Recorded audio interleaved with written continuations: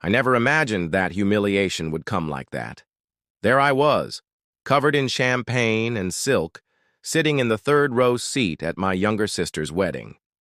I was doing my best in the only formal dress I owned, trying to fit in with a group of people who looked too flawless, too polished.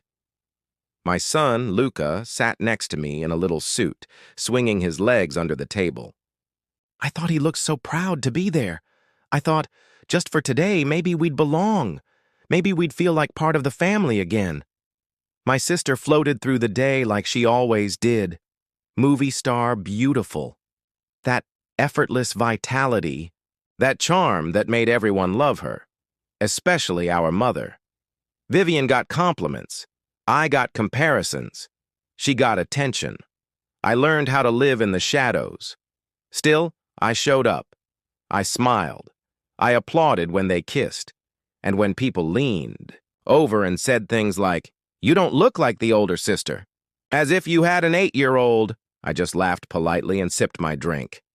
Then came the speeches. The groom's best friend started with a few light-hearted jokes. There was mild giggling. I hoped Vivian's turn would be more sentimental, maybe something about love or childhood. I even raised my glass in anticipation. Vivian lifted her crystal flute and smiled across the room. She said, "I just want to thank everyone for coming. It's so wonderful to have you all here. And of course," she added, "there's something special about my older sister." She turned toward Luca and grinned. He stared up at me, excited. I thought she was about to say something kind. Vivian said, "She's a single mother. Such an inspiration, strong, independent, and obviously undesired by anyone else." The room exploded in laughter. At first, I thought I misheard her, but she kept smiling, like it was the sweetest joke she'd ever told. Some guests looked confused. Most chuckled louder, clinking their glasses like they were in on it. Like I was laughing too, I had no idea where to look. My heart thumped in my ears. Luca tugged on my sleeve and whispered, "What did she say?" "Why, Mama?" Before I could speak, my mother chimed in, loudly, without missing a beat. "She's a used product," she said, "but still manages to look good for her age." This time, her laughter was sharper. That laughter that cuts through the skin. That kind of laughter that tells the room, "You are no longer family. You are a joke." My cheeks burned, my breath caught. But I refused to let tears fall, not in front of them, not in front of my son. I curled my fingers into the napkin beneath the table, gripping it like a lifeline. I searched the room for a friendly face, for any sign of compassion. My grandfather stared down at his plate. My cousin smiled at her phone. My uncle, who once told me I reminded him of his sister, didn't look at me. But Luca did. He looked confused, hurt, and that's what shattered me. It wasn't the laughter. It wasn't the words. It was seeing my son, my sweet boy who watched his mother stay up late to help him, who scraped her knees playing tag, who did his math homework beside me, watching her be ridiculed by her own family. I wanted to leave. I wanted to grab his hand and walk out and never look back. But something inside me hesitated. I wanted to speak, to stand, to say they didn't know the half of what I've carried, but my legs were trembling. My mouth was dry. Then I heard a chair scrape back. Callum, Vivian's. Groom stood up slowly, the perfectly polished fiancé. But he didn't look amused. Vivian didn't look at the guests. He looked at me, and in his face, the whole room froze. I knew right then something was about to happen. Not a fight, not a rescue, a reckoning. People. Think being the older sibling means you lead, that you're admired. But in my family, I was a cautionary tale. I'm Lara, 34, a single mother, the black sheep.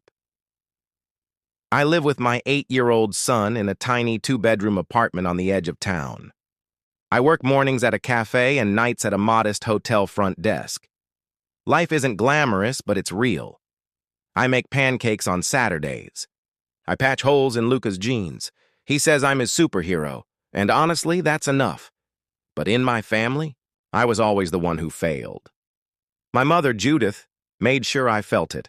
Every birthday, every Christmas, she believes in appearances. Vivian? Her wedding was a second one, but to Judith, it was a royal coronation. She's younger, prettier. She has everything. If Vivian sneezed, our mother would hand her a silk handkerchief.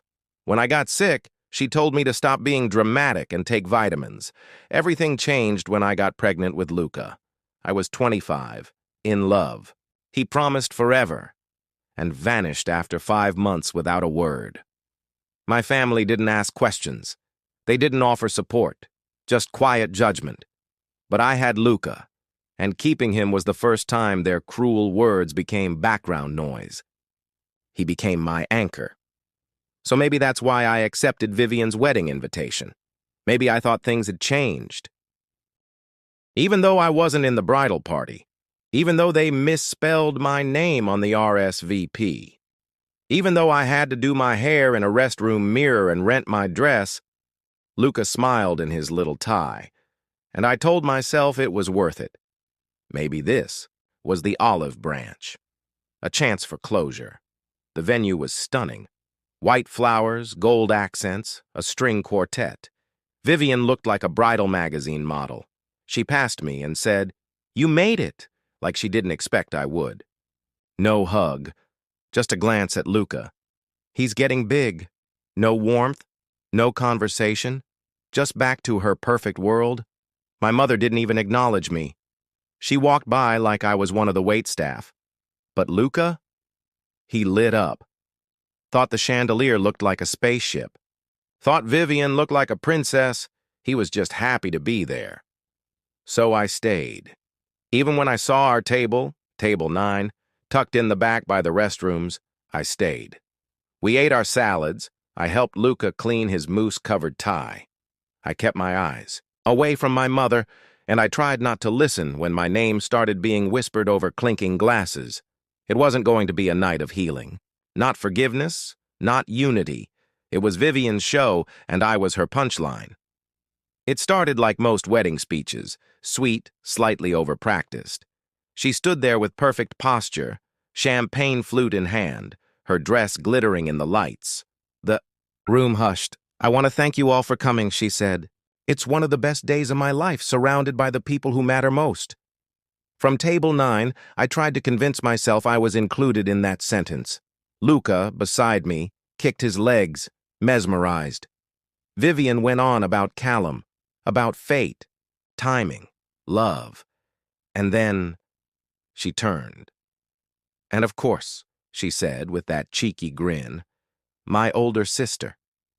The spotlight shifted. I could feel it. She's always been a strong example. I've never met a braver woman. Raising a child all on her own. No husband, no boyfriend, just whoever's kind enough to watch the kid now and then. The laughter started again. "She's really good at managing," Vivian added. "No one wants a single mom, yet somehow she keeps showing up." More laughter. I felt the air leave my lungs. My cheeks flushed. My hands froze on my napkin. Luca looked up at me, frowning, confused, hurt. And then, the worst of it. Judith, my mother, leaned in and said just loud enough, "She's a used item. Still shines up nicely, though." Another round of cruel laughter, and I sat there, trying not to disappear, because no one touched me.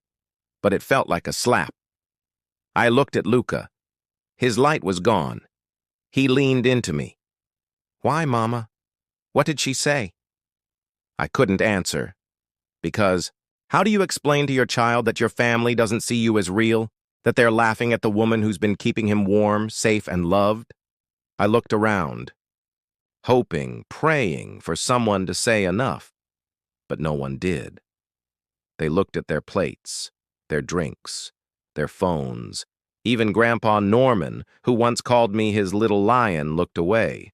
And in that moment, I was completely, utterly alone. Fixed on me. Not on Judith or Vivian, not on the amused audience, but on me.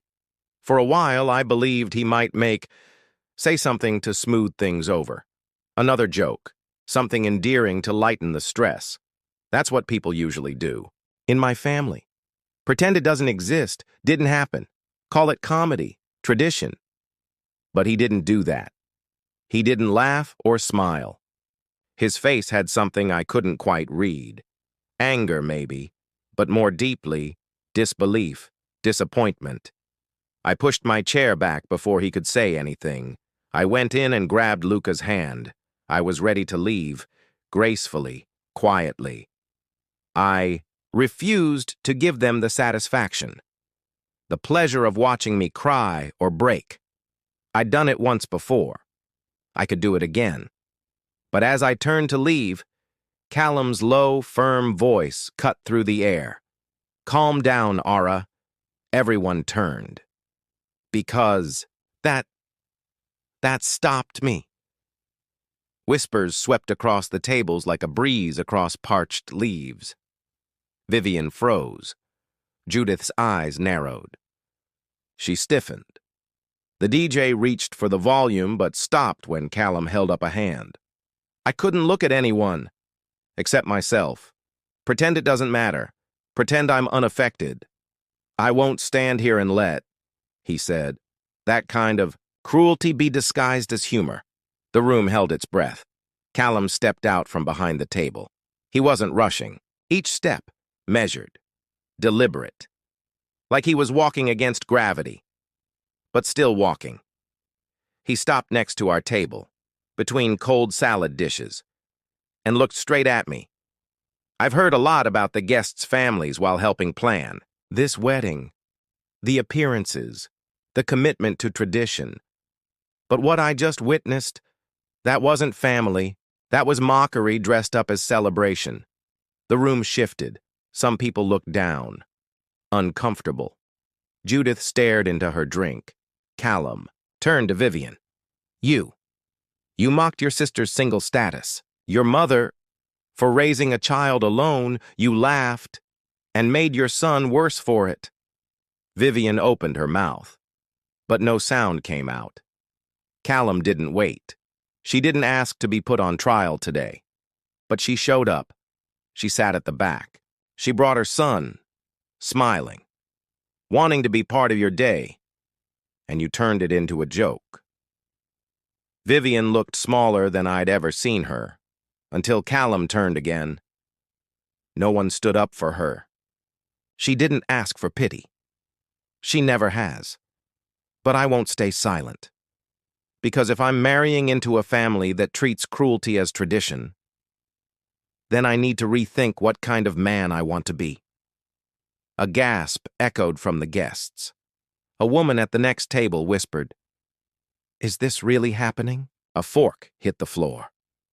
Luca looked up at me, wide-eyed. I didn't know what to do. I didn't come here expecting this. Not to be protected. Not like this. Callum looked down at the crowd, then gave me the gentlest nod. "As far as I'm concerned," he said, "the strongest person in this room is Mom." He turned back to the stunned guests. "I've seen all I need to see." Then he switched off the mic, walked past Vivian. No words, just a look. And he left. I stood frozen, still holding Luca's hand. No music played. No one moved. It was like the air had been sucked out of the room, like the fairy tale had cracked. But for once, I wasn't the one broken. It wasn't me. Callum was gone. But something inside me stayed. Judith was the first to speak. She stood, her chair screeching across the floor. "What an ungrateful boy," she snapped.